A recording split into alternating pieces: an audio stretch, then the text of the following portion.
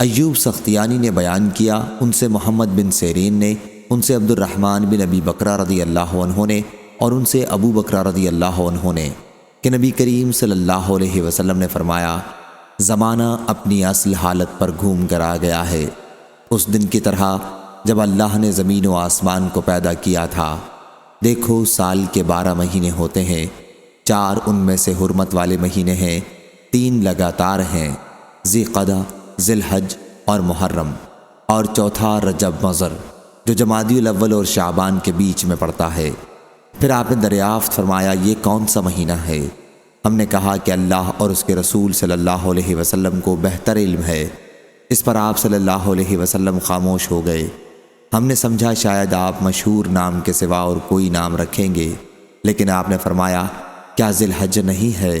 ہم بولے کہ کیوں نہیں؟ پھر دریافت فرمایا، یہ شہر کون سا ہے؟ ہم بولے اللہ اور اس کے رسول صلی اللہ علیہ وسلم کو بہتر علم ہے۔ آپ صلی اللہ علیہ وسلم پھر خاموش ہو گئے۔ ہم نے سمجھا شاید اس کا کوئی اور نام آپ رکھیں گے جو مشہور نام کے علاوہ ہوگا، لیکن آپ صلی اللہ علیہ وسلم نے فرمایا، کیا یہ مکہ نہیں ہے؟ ہم بولے کہ کیوں نہیں، یہ مکہ ہی ہے۔ پھر آپ نے دریافت فرمایا، اور یہ دن کون سا ہے؟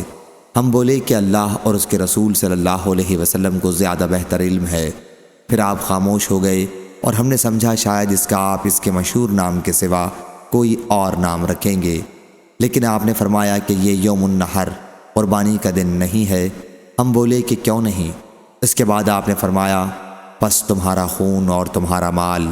محمد نے بیان کیا کہ میرا خیال ہے کہ ابو بکرہ رضی اللہ عنہ نے یہ بھی کہا، اور تمہاری عزت تم پر اسی طرح حرام ہے جس طرح یہ دن تمہارے اس شہر اور تمہارے اس مہینے میں، اور تم بہت جلد اپنے رب سے ملو گے، اور وہ تم سے تمہارے اعمال کے بارے میں سوال کرے گا۔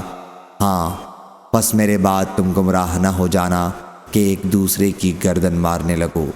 ہاں، اور جو یہاں موجود ہیں وہ ان لوگوں کو پہنچا دیں جو موجود نہیں ہیں، ہو سکتا ہے کہ جسے وہ پہنچائیں ان میں سے کوئی ایسا بھی ہو جو یہاں بعض سننے والوں سے زیادہ اس حدیث کو یاد رکھ سکتا ہو۔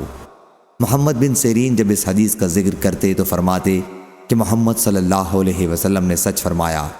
پھر آپ صلی اللہ علیہ وسلم نے فرمایا، تو کیا میں نے پہنچا دیا؟ آپ صلی اللہ علیہ وسلم نے 2 مرتبہ یہ جملہ فرمایا۔